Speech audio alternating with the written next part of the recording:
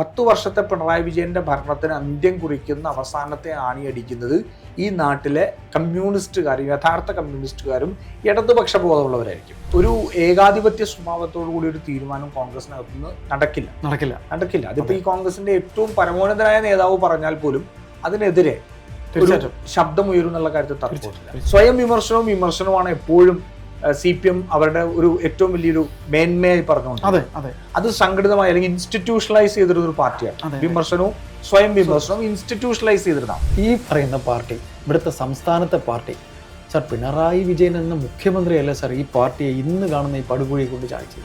ഒരു CPM നേതാവിന് അംഗീകരിക്കാൻ കഴിയുന്നതല്ല. ശരിയാണ്. കേരള AK ബാലൻ പറയുന്നത് RSSന്റെ നാവാണ്. സജി ചെറിയാൻ പറയുന്നത് എന്താ ഇതെല്ലാം. ഇന്ന് അവർക്ക് അധികാരം നിലനിർത്തണമെങ്കിൽ BJPയുടെ സഹായം ഉണ്ടെങ്കിൽ മാത്രം. പിണറായി വിജയന് ഇനി അധികാരത്തിൽ എത്തണം എന്നുണ്ടെങ്കിൽ BJPയുടെ സഹായം ഉണ്ടെങ്കിൽ ഒരു താൽക്കാലിക ലാഭത്തിന് വേണ്ടി. തീർച്ചയായിട്ടും. നേഷൻ ഫസ്റ്റ് ചാനൽ ഇന്ന് നമ്മോടൊപ്പം ഉള്ളത് കോൺഗ്രസ് വക്താവ് ശ്രീ രാജു പി നായരാണ്. നമസ്കാരം സർ. നമസ്കാരം സർ. മുമ്പെങ്ങും ഇല്ലാത്ത വിധത്തിൽ CPMനകത്ത് ഉൾപാർട്ടി രാഷ്ട്രീയം അതിതീവ്രമായിട്ട് പുകഞ്ഞു കത്തുന്നുണ്ട് സർ. ഈ CPMനുണ്ടായിരിക്കുന്ന ഈ അവരുടെ പാർട്ടിക്കകത്തെ വിഷയം കോൺഗ്രസിന് നേട്ടമാകേണ്ടതല്ലേ? കോൺഗ്രസിന് തീർച്ചയായിട്ടും നേട്ടം എന്നുള്ള കാര്യത്തിൽ തർക്കമൊന്നുമില്ല. ഇപ്പോൾ ആലപ്പുഴയെ സംബന്ധിച്ചോളം G സുധാകരനെ പോലെ ഒരു നേതാവ് അവരുടെ നേതൃത്വത്തിനെതിരെ നടത്തിയ വെല്ലുവിളി ഒരു സ്ഥാനാർത്ഥിയായിട്ട് മാറുന്നു. ആലപ്പുഴ അമ്പലപ്പുഴ എന്ന് പറയുന്ന നിയോജകമണ്ഡലം മാത്രമല്ല, ആലപ്പുഴ ജില്ല മാത്രമല്ല, കേരളത്തിൽ മുഴുവൻ വലിയൊരു മാറ്റമുണ്ടാക്കും. തീർച്ചയായിട്ടും. കഴിഞ്ഞ ഏതാനും മാസങ്ങൾക്കുള്ളിൽ CPMൽ നിന്ന് പടിയിറങ്ങിയത് കുറച്ച് പേരല്ല, 6-7 പേരോളം മുൻ MLA മാരാണ്. ചിലർ BJPയിലേക്ക് പോയി, ചിലർ കോൺഗ്രസിലേക്ക്, മുൻ MLA, അതെ, ചിലർ കോൺഗ്രസിലേക്ക്, ചിലർ നിഷ്പക്ഷമായിട്ട് നിൽക്കുന്നു എന്ന് പറയുന്നു. പക്ഷേ ഇന്ന് ഈ പാർട്ടിക്കകത്ത് നമ്മൾ പറയുന്നത് ഇപ്പോൾ കോൺഗ്രസിനകത്ത് ഉണ്ടാകുന്ന തർക്കങ്ങൾ ജനങ്ങൾക്ക് അറിയാം. കോൺഗ്രസിനകത്ത് ആ തർക്കം ഉണ്ടാകും. കാരണം സർവാധിപത്യം കോൺഗ്രസിനകത്തില്ല. ജനാധിപത്യം എന്ന് പറയുന്നത് കുറെ കൂടി ആഴത്തിലുള്ള ഒന്നാണ്. അത് അത്തരത്തിൽ ജനാധിപത്യമാണോ എന്നുള്ളത് ചോദിച്ചാൽ ഡിബേറ്റബിൾ ആണ്. എനിക്കത് മുഴുവനായിട്ട് ഞാനൊരു കോൺഗ്രസ്സുകാരനായിരിക്കുമ്പോൾ തന്നെ അംഗീകരിക്കുകയില്ല. വ്യക്തി താല്പര്യങ്ങളൊക്കെ അതിനകത്ത് ഉണ്ടാവും എന്നുള്ള കാര്യത്തിൽ തർക്കമില്ല. പക്ഷേ അതെല്ലാം ഉള്ളപ്പോഴും ഒരു ഏകാധിപത്യ സ്വഭാവത്തോടു കൂടി ഒരു തീരുമാനം കോൺഗ്രസിനകത്ത് നിന്ന് നടക്കില്ല. അതിപ്പോ ഈ കോൺഗ്രസിന്റെ ഏറ്റവും പരമോന്നതനായ നേതാവ് പറഞ്ഞാൽ പോലും അതിനെതിരെ ശബ്ദമുയരും എന്നുള്ള കാര്യത്തിൽ തർക്കമില്ല. പക്ഷേ എല്ലാ വിമർശനങ്ങളെയും അടിച്ചമർത്തി വെച്ചിരുന്ന CPMനകത്ത് നിന്ന് അവരുടെ ഏറ്റവും നിർണായക ഘട്ടത്തിൽ അത് മുഴുവൻ പൊട്ടിത്തെറിക്കുന്ന ഒരു സാഹചര്യമാണ്. അത് പയ്യന്നൂര്, അതുപോലെ തന്നെ ഷൊർണൂര്, പാലക്കാട്, ഷൊർണൂര്, ആലപ്പുഴ, വൈക്കത്ത് CPIയുടെ മുൻ MLA ആണ് BJPയിലേക്ക് പോയത്. ഇടുക്കി S രാജേന്ദ്രൻ BJPയിലേക്ക് പോയി. പിന്നെ ഇപ്പം BN അസ്കറിനെ പോലെ ഉണ്ടായിരുന്ന ഒരാള്, അയാൾ വക്താവാണ്. നോക്കൂ, ഇതിപ്പം ഒരു രാഷ്ട്രീയ നിരീക്ഷകൻ എന്ന് പറഞ്ഞൊരു ചർച്ചയിൽ വരുന്നത് ഞങ്ങൾക്ക് സ്തുതി പാടാൻ വേണ്ടിയിട്ടല്ല. പലപ്പോഴും അവർക്ക് എതിരെയും വിമർശനങ്ങൾ ഉണ്ടാവാമെന്നുള്ള ഒരു കാര്യം പോലും അവർക്കിപ്പോൾ കോൺഗ്രസിന്റെ അടുപ്പമായിട്ടുള്ള എത്രയോ നിരീക്ഷകർ പല ചർച്ചകളിൽ കോൺഗ്രസിനെ കുറ്റപ്പെടുത്താറുണ്ട്, വിമർശിക്കാറുണ്ട്. ശ്രീകുമാർ സാറൊക്കെ, ഞാൻ പേരെടുക്കാൻ ആഗ്രഹിച്ചിരുന്നില്ല അങ്ങ് പറഞ്ഞു. ശ്രീകുമാർ സാറൊക്കെ ഞാനിരിക്കുന്ന ചർച്ചയിൽ പോലും അദ്ദേഹം നിശ്ചിതമായിട്ട് കോൺഗ്രസിനെ വിമർശിച്ചു. ശ്രീകുമാർ സാറിനെ ഞങ്ങൾക്ക് പുറത്തേക്ക് തള്ളിക്കളയാൻ പറ്റും? തീർച്ചയായിട്ടും. അല്ലെങ്കിൽ അദ്ദേഹത്തെ ഞങ്ങൾ ചേർത്ത് പിടിക്കില്ല. ഏതെങ്കിലും ഒരു നേതാവ് വിളിച്ചിട്ടില്ല, ഞാൻ പോലും ചർച്ചയ്ക്ക് ശേഷം വിളിച്ചിട്ട് സാർ അങ്ങനെ പറഞ്ഞത് ശരിയായില്ല എന്നൊരു വാക്കുപോലും ഞങ്ങൾ പറയാം. കാരണം അത് പാർട്ടിക്കകത്ത് ആവശ്യമാണ്. തീർച്ചയായിട്ടും. സ്വയം വിമർശനവുമാണ് എപ്പോഴും CPM അവരുടെ ഒരു ഏറ്റവും വലിയൊരു മേന്മയായി പറഞ്ഞുകൊണ്ട് അത് സംഘടിതമായി അല്ലെങ്കിൽ ഇൻസ്റ്റിറ്റ്യൂഷണലൈസ് ചെയ്തിരുന്ന ഒരു പാർട്ടിയാണ്. വിമർശനവും സ്വയം വിമർശനവും ഇൻസ്റ്റിറ്റ്യൂഷണലൈസ് ചെയ്തിരുന്നതാണ്. ഞങ്ങൾ പലപ്പോഴും പുറത്തു മാധ്യമങ്ങളോടും അല്ലെങ്കിൽ മറ്റു പല സ്ഥലങ്ങളിലൊക്കെയാണ് പലപ്പോഴും ഞങ്ങളുടെ വിമർശനങ്ങളും സ്വയം വിമർശനങ്ങളും പറയാം. അതെ, അത് ഞങ്ങളുടെ ഒരു രീതിയാണ്. പലപ്പോഴും അതിനൊന്നും അങ്ങനെയൊന്നും തടഞ്ഞു നിർത്താനൊന്നും കഴിയില്ല, അതുണ്ടാവും. പക്ഷെ ഇത് ഇൻസ്റ്റിറ്റ്യൂഷണലൈസ് ചെയ്തിരിക്കുന്നു, അവരുടെ കമ്മിറ്റികൾക്കകത്താണ് എന്ന് പറയുന്ന രീതിയിലായിരുന്നു CPM പ്രതികരിച്ചത്. പക്ഷെ ഇന്ന് അതെല്ലാം പറ്റാതെ, അവർക്ക് പോലും പറയാൻ പറ്റാതെ പൊട്ടിത്തെറിക്കുന്ന ഒരു സാധ്യത. അത് തീർച്ചയായിട്ടും ഒരു കാര്യം ഉറപ്പാണ്. ഞാൻ എപ്പോഴും പറയാറുള്ള പോലെ ഈ 10 വർഷത്തെ പിണറായി വിജയന്റെ ഭരണത്തിന് അന്ത്യം കുറിക്കുന്ന അവസാനത്തെ ആണിയടിക്കുന്നത് ഈ നാട്ടിലെ കമ്മ്യൂണിസ്റ്റുകാരും യഥാർത്ഥ കമ്മ്യൂണിസ്റ്റുകാരും ഇടതുപക്ഷ ബോധമുള്ളവരായിരിക്കും. മനസ്സിലല്ലേ? ആ ആണിയടിക്കുള്ള ചുറ്റികയാണ് ഇപ്പൊ തയ്യാറായിക്കൊണ്ടിരിക്കുന്നത്. ശ്രീ G സുധാകരൻ ഉൾപ്പെടെയുള്ളത് കേരളത്തിലെ മുഴുവൻ ഇത്തരത്തിലുള്ള യഥാർത്ഥ കമ്മ്യൂണിസ്റ്റുകൾക്ക്, പിണറായി വിജയനോട് ഏകാധിപത്യത്തോട് അംഗീകരിക്കാൻ കഴിയാത്ത യഥാർത്ഥ കമ്മ്യൂണിസ്റ്റുകൾക്ക് പ്രചോദനമാകും. അവർ ഇതോടെ ഈ പാർട്ടിക്കെതിരായിട്ടുള്ളൊരു നിലപാട് അവർ സ്വയം എടുക്കാൻ കഴിയുന്ന രീതിയിലേക്ക് അവർ മാറുന്നുള്ള കാര്യത്തിൽ സംശയമൊന്നുമില്ല. സർ, MA ബേബിക്ക് പോലും G സുധാകരൻ്റെ വിഷയത്തിൽ ഒന്നും പറയാൻ കഴിയുന്നില്ല. ബേബി പോലും എന്ത് ചെയ്യണമെന്ന് അദ്ദേഹത്തിന് അറിയില്ല. അദ്ദേഹത്തിൻ്റെ വാക്കുകൾ സാർ കേട്ടു. സർ, ഈ പറയുന്ന പാർട്ടി, ഇവിടുത്തെ സംസ്ഥാനത്തെ പാർട്ടി, സർ പിണറായി വിജയൻ എന്ന മുഖ്യമന്ത്രിയല്ല സർ ഈ പാർട്ടിയെ ഇന്ന് കാണുന്ന ഈ പടുകുഴിയെ കൊണ്ട് ചാടിച്ചത്. ഞാൻ MA ബേബിയെ കുറിച്ച് പറയില്ല, കാരണം എനിക്ക് അദ്ദേഹത്തോട് സഹതാപമാണുള്ളത്. അതാണ് സാർ ഞാൻ എനിക്ക് സഹതാപത്തോടെ ഞാൻ സാറിന് ഇപ്പം പ്രകാശ് കാരാട്ട് ഉണ്ടായിരുന്നപ്പോൾ പ്രകാശ് കാരാട്ട് ഒരു എന്താ പറയുക, ഒരു വലതുപക്ഷ ലൈനിലേക്ക് ഈ പാർട്ടിയെ മാറ്റിയ ഒരാളായിരുന്നു. അതുപോലെ കോൺഗ്രസിനോട് യോജിച്ച് നിൽക്കുന്ന ഒരിക്കലും ഞാൻ പറയാം, അല്ല ഞാൻ പറയാം, പ്രകാശ് കാരാട്ട് പലപ്പോഴും CPM-നെ ഒരു വലതുപക്ഷ വ്യതിയാനത്തിന് തുടക്കം കുറിച്ച ഒരാളാണ്. അത് പലപ്പോഴും കേരള ലോബിയുടെ സ്വാധീനത്തിലായിരുന്നു ഉണ്ടായിരുന്നത്. അതെ, അത് പ്രകാശ് കാരാട്ട് ആസ് സച്ച് പുള്ളി ഒരു വലതുപക്ഷ രാഷ്ട്രീയത്തോട് സബ്സ്ക്രൈബ് ചെയ്ത ഒരാളായിട്ടായിരുന്നില്ല, മറിച്ച് ഏറ്റവും പ്രബലമായിട്ടുള്ള കേരള ടീമിൻ്റെ അല്ലെങ്കിൽ കേരള വിഭാഗത്തിൻ്റെ ഒരു സ്വാധീനം പാർട്ടി നടത്തിക്കൊണ്ടുപോകുന്നതിൽ അദ്ദേഹത്തിനുണ്ടായിരുന്നു. പക്ഷെ സീതാറാം യെച്ചൂരി അതിനെ എതിർത്ത് ആ ഇടതുപക്ഷ മൂല്യത്തിലേക്ക് പാർട്ടിയെ തിരിച്ചു കൊണ്ടുവരാൻ ശ്രമിച്ച ഒരാളാണ്. അതുകൊണ്ട് തന്നെ എപ്പോഴും സീതാറാം യെച്ചൂരിയും പിണറായി വിജയനും തമ്മിൽ ഫ്രിക്ഷൻ ഉണ്ടായിരുന്നു. അപ്പോഴും ഈ പാർട്ടിയുടെ ഒരു വ്യക്തിത്വം നിലനിർത്താൻ സീതാറാം യെച്ചൂരിക്ക് ശ്രമിച്ചിരുന്നു. പക്ഷെ ബേബി വന്നതോടുകൂടി സമ്പൂർണമായ കീഴടങ്ങലാണ്, സമ്പൂർണമായ കീഴടങ്ങൽ സംഭവിച്ചിരിക്കുകയാണ്. തീർച്ചയായിട്ടും. ഞാൻ ചോദിക്കട്ടെ, കേരളത്തിലെ CPM-ന്റെ ആസ്ഥാന മന്ദിരം ഉദ്ഘാടനം ചെയ്യുമ്പോൾ പാർട്ടി ജനറൽ സെക്രട്ടറിക്ക് 3-ാം നിരയിൽ നിൽക്കേണ്ടി വരുന്നു എന്ന് പറയുന്നതിന്റെ സന്ദേശം എന്താണ്? തീർച്ചയായിട്ടും സാർ, തീർച്ചയായിട്ടും. ആ മന്ദിരം ഉദ്ഘാടനം ചെയ്യാൻ ഏറ്റവും യോഗ്യനും അർഹനായിട്ടുള്ള ഒരാൾ അദ്ദേഹമാണ്, അല്ലാണ്ട് മുഖ്യമന്ത്രിയല്ല. തീർച്ചയായിട്ടും. പാർട്ടിയെ സംബന്ധിച്ചോളം എന്നും CPM സെക്രട്ടറിക്ക് കീഴിലാണ് മുഖ്യമന്ത്രി എന്നുള്ളതാണ്. വെറും ഒരു പോളിറ്റ് ബ്യൂറോ മെമ്പറാണ്. അപ്പം അത് ഉദ്ഘാടനം ചെയ്യാൻ അർഹനായുള്ളവൻ 3-ാം നിരയിലേക്ക് പോവാണ്. ഏറ്റവും നിർണായകമായിട്ടുള്ള PM ശ്രീ പദ്ധതി ഒപ്പിട്ട് കഴിഞ്ഞിട്ട് പോലും കേരളത്തിലെത്തിയ ജനറൽ സെക്രട്ടറി അത് അറിഞ്ഞില്ല എന്ന് പറഞ്ഞാൽ എന്താണ് ആ ജനറൽ സെക്രട്ടറി പോസ്റ്റ്? ഞാൻ സത്യം പറഞ്ഞാൽ എനിക്ക് സഹതാപം എന്ന് പറഞ്ഞാൽ മറ്റൊന്നും കൊണ്ടുമല്ല, ഇത്രമാത്രം അവഗണനയും ഇത്രമാത്രം എന്താ പറയുക ഒരു ഒരു ഒരു അധിക്ഷേപവും തന്നെ വേണേൽ പറയാം നേരിട്ടിട്ടും ഇന്നും CPM ജനറൽ സെക്രട്ടറിയായിട്ട് അദ്ദേഹം ഇരിക്കുന്നു എന്നുള്ളതിലാണ് എനിക്ക് സഹതാപം ഇന്നും. കാരണം ആത്മാഭിമാനം അല്പമെങ്കിലും ഈ പാർട്ടിയുടെ സംബന്ധിച്ച് ഞാൻ CPM-നെ വളരെ അടുത്ത് നിരീക്ഷിക്കുന്ന ഒരാളാണ്. തീർച്ചയായും സർ. കാരണം ഞാൻ ഒരു ഇടതുപക്ഷ ചിന്താധികാരനാണ്. സോഷ്യലിസം മനസ്സിലുള്ള ഇടതുപക്ഷ ചിന്താധികാരനാണ്. കാരണം ഇടതുപക്ഷം എന്ന് പറഞ്ഞാൽ CPM അല്ല. പക്ഷെ ഇടതുപക്ഷം എന്ന് പറയുമ്പോൾ ആ CPM-ന്റെ പ്രവർത്തന രീതി എപ്പോഴും നിരീക്ഷിച്ചിരുന്നതാണ്. തീർച്ചയായിട്ടും. പലപ്പോഴും ചില അതിന്റെ നല്ല ഗുണങ്ങൾ എന്റെ പാർട്ടിയിൽ നടപ്പാക്കണം എന്ന് ആഗ്രഹിച്ചിരുന്ന ഒരാളാണ്. തീർച്ചയായിട്ടും ആഗ്രഹിച്ചിരുന്ന ഒരാളാണ് സംഘടനാപരമായി. പക്ഷെ ഇന്ന് കാണുന്ന CPM സത്യം പറഞ്ഞാൽ ഒരിക്കലും മാതൃകയാക്കാൻ കഴിയാത്ത ഒരു തീവ്ര വലതുപക്ഷ പാർട്ടിയായിട്ട് മാറി. ഒരു പക്ഷേ ഏതെങ്കിലുമൊക്കെ നമ്മുടെ ഉത്തര ഇന്ത്യയിലുള്ള എന്താ പറയുക ഈ കുടുംബാധിപത്യത്തോ അല്ലെങ്കിൽ ഒരു നേതൃത്വത്തിൽ ഒരൊറ്റ നേതാവിൻ്റെ കീഴിലുള്ള ഒരു പാർട്ടിയെ പോലെ CPM മാറിയിരിക്കുന്നു എന്നുള്ളതാണ്. ഒന്ന് ആലോചിച്ച് നോക്കുക, കേരളത്തിലെ CPM-ന്റെ സെക്രട്ടറി എന്താ അവസ്ഥ? പിണറായി വിജയൻ പറയുന്നതിനെ സ്വന്തം വ്യക്തിത്വം പോലും ഉപേക്ഷിച്ചുകൊണ്ട് ന്യായീകരിക്കേണ്ട അവസ്ഥയിലേക്കാണ്. അപഹാസ്യ കഥാപാത്രമായി മാറി. കേരളത്തിലെ ഒരു CPM-ന്റെ നേതൃത്വത്തിന് മുഴുവൻ ഇന്ന് BJP-യുടെ പല രാഷ്ട്രീയവും ഈ എന്താ പറയുക ഒരു കള്ളവുമെല്ലാം നിർത്തിക്കൊണ്ട് പറയേണ്ടി വരുന്ന സാഹചര്യത്തിലേക്ക് ഇന്ന് കേരളത്തിലെ CPM നേതൃത്വം മാറുകയാണ്. ശ്രീ MV ഗോവിന്ദൻ പറയുന്നത് സത്യം പറഞ്ഞാൽ നമുക്ക് ചിരിയല്ലേ എന്ന് പറയുമ്പോൾ ഞാൻ അദ്ദേഹത്തെ വ്യക്തിപരമായി അധിക്ഷേപിക്കാൻ പറയല്ല. പക്ഷെ അദ്ദേഹത്തിന്റെ യഥാർത്ഥ ഇടതുപക്ഷ മൂല്യവും കമ്മ്യൂണിസ്റ്റ് മൂല്യവും മനസ്സിലുള്ളപ്പോൾ അതിലല്ലാതെ മറ്റൊന്നും പറയേണ്ടി വരുന്നതിന്റെ അങ്കലാപ്പാണ് അദ്ദേഹത്തിനുണ്ടാവുന്നത്. AK ബാലൻ പറയുന്നത് ഒന്ന് ആലോചിച്ച് നോക്കുക, കേരളത്തില് ഒരു CPM നേതാവിനും അംഗീകരിക്കാൻ കഴിയുന്നതല്ല. ശരിയാണ്. AK ബാലൻ പറയുന്നത് RSSന്റെ നാവാണ്. സജി ചെറിയാൻ പറയുന്നത് എന്താ? ഇതെല്ലാം ഈ പറയുന്ന പിണറായി വിജയന്റെ മുന്നോട്ട് വെക്കുന്ന രാഷ്ട്രീയത്തെ അതേപോലെ പറയുകയാണ്. അത് പിന്തുണയ്ക്കേണ്ടി വരുന്ന ഒരു സാഹചര്യത്തിൽ യാതൊരു വിധത്തിലുള്ള ലോജിക്കും ഇല്ലാത്ത ആർഗ്യുമെന്റ്സ് മുന്നോട്ട് വെക്കേണ്ടി വരുന്നതിന്റെ അങ്കലാപ്പാണ്. നാണം കെട്ട് പറയുക. തീർച്ചയായിട്ടും. സാർ അപ്പോഴേ സാർ എനിക്ക് സാറ് പറഞ്ഞു പോയാൽ ഒരു വാക്ക് അതിനിടയിൽ സാർ വരികൾക്കിടയിൽ പറഞ്ഞു സാർ ഇത്തരത്തിൽ ഈ സീതാറാം യെച്ചൂരി എന്ന് പറയുന്ന വലിയ നേതാവ് CPM-ന്റെ വലിയ നേതാവ് തന്നെയായിരുന്നു. അദ്ദേഹത്തിന് കോൺഗ്രസിനോട് അങ്ങനെ വിരോധം ഉണ്ടായിരുന്നില്ല. കോൺഗ്രസ് എന്ന് പറയുന്ന പാർട്ടിയും CPM-ഉം കേന്ദ്രത്തിൽ ഒരുമിച്ച് നിൽക്കണമെന്ന് പറഞ്ഞൊരു നേതാവാണ് സാർ. ഈ CPM എന്ന് പറയുന്ന പാർട്ടിയിലെ CC അംഗങ്ങൾ എന്തുകൊണ്ട്, അല്ലെങ്കിൽ CPM എന്ന് പറയുന്ന പാർട്ടിയുടെ പോളിറ്റ് ബ്യൂറോ അംഗങ്ങൾ കേരളത്തിൽ നിന്ന് ആൾക്കാരാണ് ഏറ്റവും കൂടുതൽ.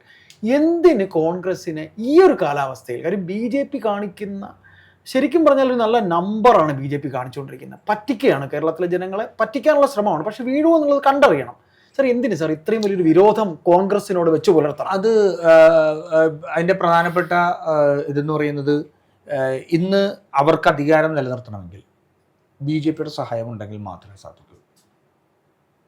പിണറായി വിജയന് ഇനി അധികാരത്തിൽ എത്തണം എന്നുണ്ടെങ്കിൽ BJP-യുടെ സഹായം ഉണ്ടെങ്കിൽ, ഒരു താൽക്കാലിക ലാഭത്തിന് വേണ്ടി. തീർച്ചയായിട്ടും. അതുകൊണ്ടാണല്ലോ RSSന്റെ നാവ് കടമെടുത്തുകൊണ്ട് കേരളത്തിൽ പറയുന്നത്.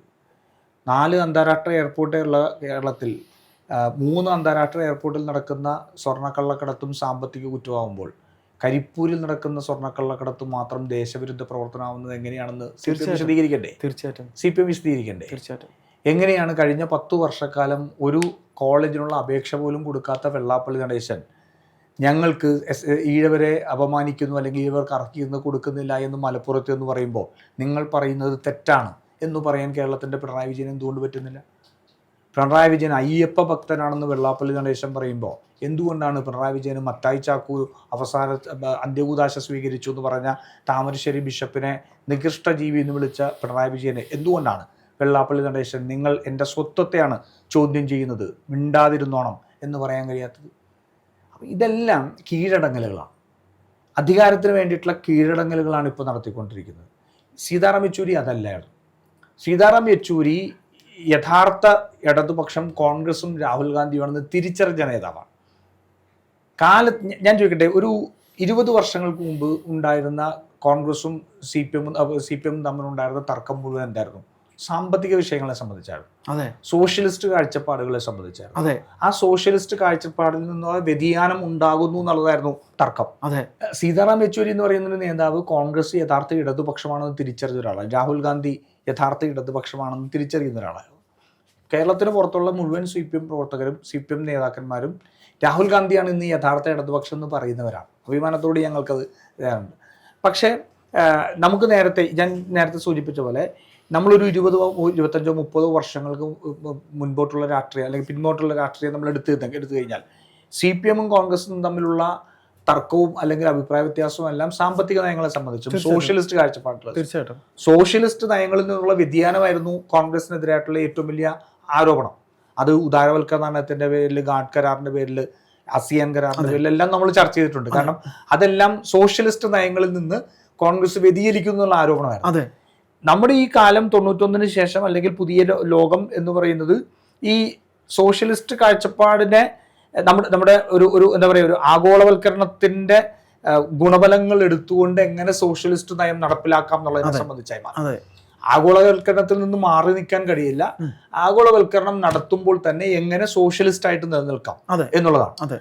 അവിടെ കോൺഗ്രസ് ചെയ്തത് എന്താ? കോൺഗ്രസ് ഈ ഉദാരവൽക്കരണം കഴിഞ്ഞതിന് ശേഷം ഉണ്ടാക്കിയ സമ്പത്ത് 2005 കൂടി തൊഴിലുറപ്പ് പദ്ധതിയോടെ ജനങ്ങളിലേക്ക് കൊടുത്തപ്പോൾ സോഷ്യലിസത്തിന്റെ, നെഹ്റുവിയൻ സോഷ്യലിസത്തിന്റെ ഏറ്റവും വലിയ ഉദാത്തമായ ഉദാഹരണമായിരുന്നു. അതിനെ പോലും വിമർശിക്കുന്ന രീതി, അല്ലെങ്കിൽ അതിനകത്തുള്ള ആ വിമർശനങ്ങളെ ഞാൻ പോസിറ്റീവായിട്ട് തന്നെ പറയാം. അങ്ങനെ വിമർശിച്ചിരുന്ന ഒരു കാലഘട്ടത്തിന്റെ ആ പൊളിറ്റിക്സ് മാറി എന്നുള്ളത് ഇന്ന് മനസ്സിലാക്കി. ഇന്ന് CPM യഥാർത്ഥത്തിൽ സാമ്പത്തികമായിട്ട് ഉള്ള ഒരു ഇത് കോൺഗ്രസിനെതിരെ ആരോപണം ഉന്നയിക്കാൻ കഴിയാത്ത സാഹചര്യമാണ്. അല്ലെങ്കിൽ സാമ്പത്തിക കാര്യങ്ങളിൽ കോൺഗ്രസും CPM തമ്മിൽ യാതൊരു വ്യത്യാസവുമില്ല എന്നുള്ള നിലയിലേക്ക് എത്തിയിരിക്കുന്നു. പറയുമ്പോൾ ചിലപ്പോൾ അവര് മറ്റു പലതും പറയുമായിരിക്കും, നവ ഉദാരവൽക്കരണം അല്ലെങ്കിൽ ഗോവിന്ദൻ മാഷിന്റെ ഭാഷയൊക്കെ ഉപയോഗിച്ച്. പക്ഷെ യഥാർത്ഥത്തിൽ ഇന്ന് CPM-ന്റെ നയവും ശരിക്കും പറഞ്ഞാൽ കോൺഗ്രസിന്റെ നയമാണെന്ന് CPM-നേക്കാൾ കുറെ കൂടി ഇടത്തിൽ നിൽക്കുന്നത്. തീർച്ചയായിട്ടും. സാമ്പത്തിക കാരണം ഇപ്പം ജാതി സെൻസസ് നടപ്പാക്കണം, അല്ലെങ്കിൽ ജാതി സെൻസസിന്റെ അടിസ്ഥാനത്തിൽ 10% കീഴിൽ മാത്രമുള്ള വരേണ്യ വിഭാഗത്തിന്റെ കയ്യിലാണെന്ന് ഭരണം. അത് ആദിവാസികൾക്കും ദളിതന്മാർക്കും പിന്നോക്ക വിഭാഗങ്ങൾക്കും അർഹമായ പ്രാതിനിധ്യത്തിലുള്ള മാറ്റമൊന്നും CPM അവരുടെ ഒരു കാലത്തും പറഞ്ഞിട്ടില്ല. അപ്പൊ ശരിക്കും പറഞ്ഞാൽ ഇന്ന് സമ്പദ് നയത്തിന്റെ കാര്യത്തിൽ CPM-നേക്കാൾ ഇടതുപക്ഷത്താണ് ഇന്ന് കോൺഗ്രസ്. അതെ. അങ്ങനെ നിൽക്കുന്ന സമയത്ത് പിണറായി വിജയൻ ചെയ്യുന്നത് പിണറായി വിജയൻ തീവ്ര വലതുപക്ഷമായി മാറുക. ഇന്ന് CPM-ന് കോൺഗ്രസിനെതിരായിട്ട് സാമ്പത്തിക നയങ്ങളുടെ പേരിൽ ആരോപണം ഉന്നയിക്കാൻ കഴിയാതെ വരുമ്പോൾ അതിനെ വർഗീയത ഉപയോഗിക്കുകയാണ് പിണറായി വിജയൻ ചെയ്തത്. അതുകൊണ്ടാണ് ഞാൻ നേരത്തെ സൂചിപ്പിച്ച പോലെ ഈ ഇസ്ലാമോഫോബിയ കത്തിക്കാൻ വേണ്ടിയുള്ള ഈ ജമാഅത്ത് പരാമർശമൊക്കെ വന്നത്. ജമാഅത്തെ ഇസ്ലാമി എന്ന് പറയുന്നത് ബഹുമാനപ്പെട്ട ബാലന്റെ ടോക്ക് മുതൽ ആരംഭിക്കുക. അതെ, കാരണം ഇവർക്കറിയാം ജമാഅത്തെ ഇസ്ലാമിക്കോ അല്ലെങ്കിൽ അവരുടെ രാഷ്ട്രീയ പാർട്ടിയായിട്ടുള്ള വെൽഫെയർ പാർട്ടിക്കോ ഈ സംസ്ഥാനത്ത് കാര്യമായിട്ടുള്ള യാതൊരു സ്വാധീനവും ഇല്ല എന്നുള്ള അറിയാം. 0.2% മാത്രമാണ് വോട്ട്. തീർച്ചയായിട്ടും അവർ വന്നാൽ UDF-ന്റെ ഭരണത്തിൽ ആഭ്യന്തരം അവർ കൈകാര്യം ചെയ്യുമെന്ന് പറയുന്നത് എന്ത് യുക്തിയുടെ അടിസ്ഥാനം? ഇവർക്ക് അവസരം പിൻവലിക്കേണ്ടി വന്നു. അതെ, അതിനേക്കാൾ നല്ല രാഷ്ട്രീയം ഞങ്ങൾക്ക് പറഞ്ഞുകൂടെ? ശോഭാ സുരേന്ദ്രൻ ഉൾപ്പെടെ കേരളത്തിന്റെ ADGP ആയിരുന്ന MR അജിത് കുമാർ പോയി ഈ RSS-ന്റെ തീവ്രവാദികളായിട്ടുള്ള നേതാക്കന്മാരെ കണ്ടു പൂരം കലക്കി. അതുപോലെ തന്നെ ആനി രാജ ഈ പോലീസിനകത്ത് സംഘവൽക്കരണം നടന്നിട്ടുണ്ട്, RSS-ന്റെ സ്വാധീനമുണ്ടെന്ന് പറഞ്ഞതും, ശോഭാ സുരേന്ദ്രൻ ഈ ഫോഴ്സിനകത്തുള്ള 60% ഞങ്ങളുടെ ആൾക്കാരാണെന്ന് പറഞ്ഞതും എല്ലാം വെച്ച് നോക്കിക്കഴിഞ്ഞാൽ ഇന്ന് ജമാഅത്തെ ഇസ്ലാമിനെ പറയുന്ന ഈ ആർക്കും ദഹിക്കാത്ത ഒരു നറേറ്റീവ് അല്ലല്ലോ, മറിച്ച് കേരളത്തിലെ CPM സംഘവൽക്കരിക്കപ്പെട്ടു എന്നുള്ളതും കേരളത്തിന്റെ ഭരണത്തിലെ ആഭ്യന്തരം ഇന്ന് RSS ആണ് കൈകാര്യം ചെയ്യുന്നുള്ളത് ഏറ്റവും കൂടുതൽ ഞങ്ങൾക്ക് പറയാൻ കഴിയുന്നതല്ലേ? അതെ, ഉറപ്പ് അല്ലേ? പക്ഷെ ഞങ്ങളത് പറയുമ്പോൾ പോലും ഞങ്ങൾ ഈ നാടിന് അത് എന്താ പറയാ, നമ്മുടെ ഒരു ഫോഴ്സിന്റെ ഇത് മൊറാല് കെടുത്തരുത്. അത് മാത്രമല്ല ഈ നാട്ടിൽ RSS-ന് അത്ര വലിയൊരു സ്വാധീനം ഉണ്ടാക്കാൻ കഴിഞ്ഞിട്ടുണ്ട് എന്ന് പറയുന്ന ആത്യന്തികമായി കോൺഗ്രസ് മുന്നോട്ട് വെക്കുന്ന മതേതര രാഷ്ട്രീയത്തിന് വെല്ലുവിളിയാണെന്ന് അറിഞ്ഞുകൊണ്ടാണ് ഞങ്ങളത് പറയാത്തത്. തീർച്ചയായിട്ടും ഞങ്ങൾ ചിലപ്പോഴൊക്കെ പറയാറുണ്ടാവും, പക്ഷെ അത് ആണ് എന്നുള്ള കാരണം RSS ഈ നാട്ടിൽ സ്വാധീനം ഉണ്ടാക്കാൻ കഴിഞ്ഞു എന്ന് പറഞ്ഞാൽ പല ആൾക്കാർക്കും ചിലപ്പോൾ മാറി ചിന്തിക്കുന്ന സാഹചര്യമാണ്. അത് ഉണ്ടാക്കാൻ പാടില്ല എന്നുള്ളത് കൂടി ഞങ്ങളുടെ ബോധ്യമാണ്. പക്ഷേ ആ ബോധ്യങ്ങളെല്ലാം ഇല്ലാതെയാക്കിക്കൊണ്ട് ഇന്ന് RSS-ന്റെ വർഗീയതയ്ക്ക് മണ്ണൊഴുതു കൊടുക്കുകയാണ് പിണറായി വിജയൻ ചെയ്തുകൊണ്ടിരിക്കുന്നത്. അത് സീതാറാം യെച്ചൂരി ഉണ്ടായിരുന്നെങ്കിൽ ഒരു പക്ഷേ നടക്കില്ലായിരുന്നു. സർ, തൃപ്പൂണിത്തുറയിൽ താങ്കളുടെ പേര് കേൾക്കുന്നുണ്ടായിരുന്നു. പാർട്ടി തീരുമാനിക്കും. സർ, ഇപ്പോൾ അവസാനമായി എനിക്ക് ഒന്നുകൂടെ ചോദിക്കാനുള്ളത്, കണ്ണൂർ കെ സുധാകരൻ വിവാദം ഒരിക്കലുമില്ലാതെ SNDP സമുദായത്തിന് സ്ഥാനാർത്ഥികൾ ഇല്ല എന്ന കാര്യത്തിൽ പിന്നെ അവസാന വാക്കായി അവർക്ക് വേണ്ടി പറയുന്നത് ശിവഗിരിയിൽ നിന്ന് സ്വാമിമാർ വരെ പറയുന്നു. സർ, അതിലൊക്കെ അത് ഈ പറയുന്ന പോലെ കോൺഗ്രസ് പാർട്ടി ചിന്തിക്കേണ്ടത് കൂടെയല്ലേ? അല്ല, സമുദായങ്ങൾ അവർക്ക് അർഹതപ്പെട്ടത് അല്ലെങ്കിൽ അവർക്ക് ആവശ്യങ്ങൾ ഉന്നയിക്കാൻ യാതൊരു കുഴപ്പമില്ല. ആ ആവശ്യങ്ങളെ വളരെ തുറന്ന മനസ്സോടുകൂടി കാണുകയും സ്വീകരിക്കുകയും ചെയ്യുന്നൊരു പാർട്ടിയാണ് കോൺഗ്രസും UDF-ഉം. പക്ഷെ സമുദായങ്ങൾ ഇന്നാൾ സ്ഥാനാർത്ഥിയാവണം എന്ന് പറയുന്നത് തെറ്റാണ്. സർ, അവർ ഗതികെട്ട് പറഞ്ഞു പോകുന്നത് ഒരു ഗതികേടുമില്ല. ഞാൻ ചോദിക്കുന്നത് അങ്ങനെയാണെങ്കിൽ ഞാൻ ചോദിക്കുന്നത് എന്തുകൊണ്ടാണ് CPM-ന്റെ സ്ഥാനാർത്ഥി നിർണയത്തിൽ ഇവർക്ക് ആർക്കും പേരുകൾ നിർദ്ദേശിക്കാൻ? അവർ പറഞ്ഞു 10 പേര് വരെ മറ്റ് മതത്തിൽപ്പെട്ടവരാണെന്ന് ആ സ്വാമി പറഞ്ഞു. ഈ ശിവഗിരി മഠാധിപതി എവിടെ ഇന്നലെ കഴിഞ്ഞ ദിവസം ഏതിലാണ് അദ്ദേഹം കഴിഞ്ഞ ദിവസം ഈ പറയുന്ന രീതി ആരെ കുറിച്ചാണ്?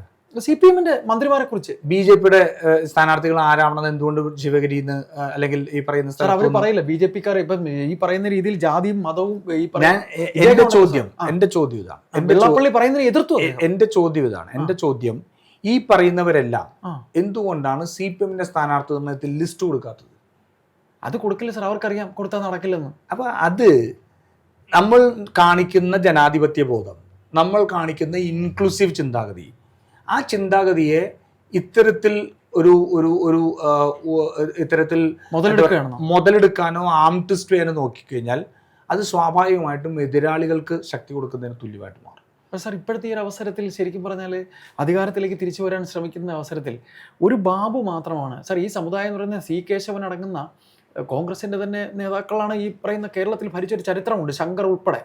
അപ്പോൾ ഇതെല്ലാം ഇപ്പോൾ ഗാന്ധിയും പിന്നെ നമ്മുടെ നാരായണഗുരുവും കണ്ട ആ വാർഷികം, അവർ തമ്മിൽ കണ്ട ചരിത്ര മുഹൂർത്തം ആഘോഷിക്കുമ്പോൾ ഒരു മഠാധിപതിക്ക് അങ്ങനെ പറയേണ്ടി വരുന്നത് അതിനുശേഷമാണ് ഇപ്പോൾ അദ്ദേഹം പറയുന്നത്. അവിടെ വന്നിട്ട് ബഹുമാനപ്പെട്ട രാഹുൽ ഗാന്ധി സംസാരിച്ചതും ശ്രീ വേണുഗോപാൽ KC വേണുഗോപാൽ സംസാരിച്ചതും ശ്രീ വി ഡി സതീശൻ സംസാരിച്ചതും ഇവരൊക്കെ സംസാരിച്ചതും ഈ പറയുന്ന ഈ സമുദായത്തിൻ്റെ പ്രാധാന്യത്തെക്കുറിച്ചാണ്. സാർ, ഞാൻ സമുദായത്തിനെ ഊന്നി പറയുന്നത് മാത്രമല്ല സർ, അതുകൂടെ ഒന്ന് പരിഗണിക്കേണ്ടതുണ്ട്. ഈ സണ്ണി ജോസഫ് എന്ന് പറയുന്ന നേതാവിനെ KPCC പ്രസിഡന്റ് ആക്കിയത് ഏത് യുക്തിയാണെന്ന് എല്ലാവർക്കും അറിയാം. സാർ അത് എന്തായാലും മറുപടി പറയില്ല, അതെനിക്കറിയാം.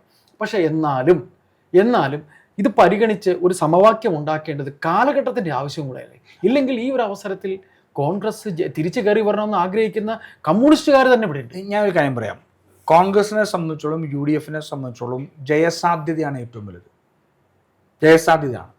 ഏതെങ്കിലും ഒരു പേരുകാരൻ അല്ലെങ്കിൽ ഏതെങ്കിലും ഒരു സമുദായം വന്നതിൻ്റെ പേരിൽ ആ സമുദായത്തിന് നീതി കിട്ടും എന്ന് പറയാൻ പറ്റുമോ സാർ? അങ്ങനെ അല്ല, എനിക്ക് ഞാൻ പറയട്ടെ, കാരണം അത് നിങ്ങൾ പറയുന്നത് കുറച്ച് എന്താ പറയുക സങ്കീർണമായിട്ടുള്ള വിഷയമാണ്. ഏതെങ്കിലും ഒരു പേരുകാരനോ അല്ലെങ്കിൽ സമുദായക്കാരൻ വന്നുകൊണ്ട് ആ സമുദായത്തിന് നീതി കിട്ടും എന്ന് പറയാൻ പറ്റുമോ? അതിനേക്കാൾ നല്ല രീതിയിൽ ഞാൻ ചോദിക്കട്ടെ, ഉമ്മൻചാണ്ടി ഭരിക്കുമ്പോൾ ഇതിനകത്ത് ഏത് സമുദായത്തിനാണ് നീതി ലഭിക്കാതിരുന്നിട്ടുള്ളത്? സാർ അതുണ്ടാവാം. കെ കരുണാകരൻ ഭരിച്ചുകൊണ്ടിരിക്കുമ്പോൾ കെ കരുണാകരൻ ഭരിച്ചുകൊണ്ടിരിക്കുമ്പോൾ ഈ സംസ്ഥാനത്ത് ഏത് സമൂഹത്തിനാണ് നീതി ലഭിക്കാതിരുന്നിട്ടുള്ളത്? ഞാൻ പറയുന്നത് കാരണം ഇതൊരു ഇങ്ങനത്തെ ഒരു വിഷയം നിങ്ങൾ പറയുമ്പോൾ ഞാൻ ചെറിയ ഉത്തരം പറഞ്ഞു പോയി കഴിഞ്ഞാൽ നാളെ ഇത് വിവാദമാവും. അതുകൊണ്ട് എനിക്ക് പറഞ്ഞു തീർക്കാനുള്ള അവസരം തരണം. ഈ പട്ടികജാതി വകുപ്പ് കൈകാര്യം ചെയ്ത കെ കരുണാകരനെ സംബന്ധിച്ച് ഇന്നും ആ സമൂഹത്തിൽപ്പെട്ടവർ പറയുന്നത് മറ്റൊരു ദളിതനും വന്നിട്ട് ലഭിക്കാത്ത പരിഗണന ഞങ്ങൾക്ക് അദ്ദേഹം പട്ടികജാതി വിഭാഗത്തിൽ കിട്ടിയിട്ടുണ്ട് എന്നുള്ളതാണ്. കെ കരുണാകരനെ ഇന്ന് കേരളത്തിലെ പല ഉണ്ടായിരുന്ന സമയത്ത് സമൂഹങ്ങളും അവർ തമ്മിലുള്ള പ്രശ്നം പരിഹരിക്കാൻ പോലും അവർ ആശ്രയിച്ചിരുന്ന കെ കരുണാകരൻ. തീർച്ചയായിട്ടും ഇന്ന് VD സതീശൻ ഈ കഴിഞ്ഞ 5 വർഷം കൊണ്ട് 250-ൽ പരം ക്രിസ്തീയ കൺവെൻഷനുകളിൽ പങ്കെടുത്ത് സംസാരിച്ചിട്ടുണ്ട്. പല വൈദികരും പ്രസംഗത്തിന്റെ സ്റ്റേജിൽ ഇരുന്ന് പറഞ്ഞിട്ടുണ്ട് VD സതീശൻ ഉള്ളത് കൊണ്ട് എന്തെങ്കിലും പറഞ്ഞ് ഞങ്ങൾക്ക് പോകാൻ കഴിയും. കാരണം VD സതീശൻ അത്രമാത്രം പഠിച്ച് ചോദിക്കും. അതെ, VD സതീശനെ പോലൊരു നേതാവിന് ഇന്ന് മുസ്ലിം സമൂഹത്തിനകത്ത് കിട്ടുന്ന പിന്തുണ വളരെ വലുതാണ്. വളരെ വലുതാണ്. അതെ, വളരെ വലുതാണ്. അതെ, മനസ്സിലായി. അപ്പോൾ ഒരു സ്ഥാനാർത്ഥി നിർണയത്തിൽ KPCCയുടെ പ്രിറോഗേറ്റീവാണ്. ഈ പറയുന്ന പേര് പറയുന്നവരെ ജയിപ്പിച്ചു കൊടുക്കാമെന്ന് ഇവർക്ക് ആർക്കെങ്കിലും അവകാശപ്പെടാൻ സാധിക്കുമോ? ഇല്ല സാർ. ഞാൻ കടത്തി പറയാം. കാരണം ഈ ഒരു സമയത്ത് ഒരു രാഷ്ട്രീയക്കാരൻ പറയാൻ പാടില്ലാത്ത മറുപടിയാണെന്ന് എനിക്കറിയാം. പക്ഷെ ഞാൻ പറയുന്ന ഒരു കാര്യമാണ്, ഈ പറയുന്ന സമുദായങ്ങൾക്ക് ആർക്കെങ്കിലും ഈ പറയുന്ന പേരുകളെ ജയിപ്പിച്ചു കൊടുക്കാം എന്നുള്ള ഗ്യാരണ്ടി ഉണ്ടോ സാർ? ഇല്ല. പറയട്ടെ. കാരണം അത് വലിയ പ്രശ്നം ഉണ്ടാവുന്ന സംഭവമാണ്. വെള്ളാപ്പള്ളി നടേശൻ പല തെരഞ്ഞെടുപ്പുകളിൽ പല ആൾക്കാരെ കുറിച്ച് ഞാൻ ജയിപ്പിക്കുമെന്ന് പറഞ്ഞിറങ്ങിയിട്ടുണ്ട്. അവരൊക്കെ തോറ്റുപോയി. അവർ തോൽപ്പിക്കുന്നു പറഞ്ഞവരൊക്കെ ജയിച്ചു നിൽക്കുന്ന സാധ്യത. VD സതീശനെ പറവൂര് വന്നിട്ട് അദ്ദേഹത്തിന്റെ മരണപ്പെട്ടു പോയ അമ്മയെക്കുറിച്ചും അച്ഛനെക്കുറിച്ചും അധിക്ഷേപം ഉന്നയിച്ച് VD സതീശനെ പരാജയപ്പെടുത്തുന്നു പറഞ്ഞാണ്. ഫലം എന്തായിരുന്നു? പറവൂരിലെ അവരുള്ള ആ സമൂഹത്തിലെ അംഗങ്ങളുള്ളിടത്ത് പോലും VD സതീശൻ ലീഡായിരുന്നു. 22,000 വോട്ട്. VM സുധീരനെ പരാജയപ്പെടുത്താണ്ട് KC വേണുഗോപാലിനെ പരാജയപ്പെടുത്താൻ എത്ര വർഷമായിട്ട് നടക്കുന്നു? ഇല്ലേ? ശശി തരൂര് 2009 മത്സരിക്കുമ്പോൾ പറഞ്ഞത് ഡൽഹി നായരാണെന്ന് പറഞ്ഞത്. അന്ന് 1 ലക്ഷം വോട്ടിന് അദ്ദേഹം ജയിച്ചു. രണ്ടാമത്തെ തെരഞ്ഞെടുപ്പ് വന്നപ്പോഴത്തേക്ക് ഞങ്ങളുടെ നായരാണെന്ന് പറഞ്ഞപ്പോഴത്തേക്ക് 12,000-ലേക്ക് ഭൂരിപക്ഷം. ഡീൻ കുര്യാക്കോസിനെ വിജയിപ്പിക്കാൻ വേണ്ടി നടന്നു, പരാജയപ്പെടുത്താൻ വേണ്ടി നടന്നു, വിജയിച്ചു. അതുകൊണ്ട് സ്ഥാനാർത്ഥികൾ ആരാവണം എന്നുള്ളതിനെ സംബന്ധിച്ച് ഒരു നിയോജക മണ്ഡലത്തിൽ അവിടുത്തെ സാമൂഹിക പരിഗണനയും സാമുദായിക പരിഗണനയും അല്ലെങ്കിൽ അവിടുത്തെ അദ്ദേഹത്തിൻ്റെ നിലപാടുകൾ, അദ്ദേഹത്തിൻ്റെ രാഷ്ട്രീയ പ്രവർത്തനം, അദ്ദേഹത്തിൻ്റെ ബന്ധങ്ങൾ എല്ലാം വെച്ചുകൊണ്ട് ജയിക്കാൻ കഴിയുന്ന സ്ഥാനാർത്ഥി ആരാണ് എന്നുള്ളത് നോക്കി ചിലപ്പോൾ എതിർ സ്ഥാനാർത്ഥികൾ ആരാണെന്നും കൂടി ചിന്തിച്ചുകൊണ്ടാണ് ഒരു സ്ഥാനാർത്ഥിയെ നിർണ്ണയിക്കേണ്ടത്. KPCCയുടെ പ്രിറോഗേറ്റീവാണ്. അവിടെ ഒരു പേര് കൊടുക്കുന്നത് അനുചിതമാണ്, ഒന്നാമത്തെ കാര്യം. രണ്ടാമത്തെ കാര്യം, തീർച്ചയായിട്ടും അങ്ങനെ വരുമ്പോൾ ഒരു സാമൂഹിക പരിഗണന നോക്കണ്ടേ, സാമുദായിക പരിഗണന നോക്കണം. പക്ഷേ ഈ പരിഗണനകൾ തീർച്ചയായിട്ടും UDFന്റെ മുഴുവൻ 140 നിയോജകമണ്ഡലത്തിലെയും സ്ഥാനാർത്ഥികൾ വന്നു കഴിയുമ്പോൾ അല്ലെങ്കിൽ കോൺഗ്രസിന് മത്സരിക്കുന്ന സ്ഥാനാർത്ഥികൾ വന്നു കഴിയുമ്പോൾ അതിനകത്തൊരു ബാലൻസിങ് ഉണ്ടോ എന്നുള്ളത് പരിഗണിക്കപ്പെടണം എന്നുള്ള കാര്യത്തിൽ യാതൊരു തർക്കവുമില്ല. കാരണം ഇൻക്ലൂസീവ് ആയിട്ടൊരു പൊളിറ്റിക്കൽ സിസ്റ്റമാണ് UDF. ഇൻക്ലൂസീവ് ആയിട്ടുള്ള പൊളിറ്റിക്കൽ സിസ്റ്റത്തിൽ ഈ നാട്ടിലുള്ള എല്ലാ സമൂഹത്തെയും പ്രതിനിധീകരിക്കുന്നുള്ള ചിന്ത അവർക്കുണ്ടാവണം. അപ്പോൾ അങ്ങനെയുള്ള ഒരു സംവിധാനത്തിൽ മുഴുവനായിട്ടുള്ള ഒരു സ്ഥാനാർത്ഥികളെ കണക്ക് എടുക്കുമ്പോൾ എല്ലാവർക്കും അർഹിക്കുന്ന പ്രാതിനിധ്യം ലഭിച്ചിട്ടുണ്ട് എന്ന് ഉറപ്പാക്കണം എന്നുള്ള കാര്യത്തിൽ എനിക്ക് യാതൊരു തർക്കമില്ല. പക്ഷേ അതേതെങ്കിലും സമുദായം പേര് കൊടുക്കുന്നത് തീർച്ചയായിട്ടും തെറ്റാണ്.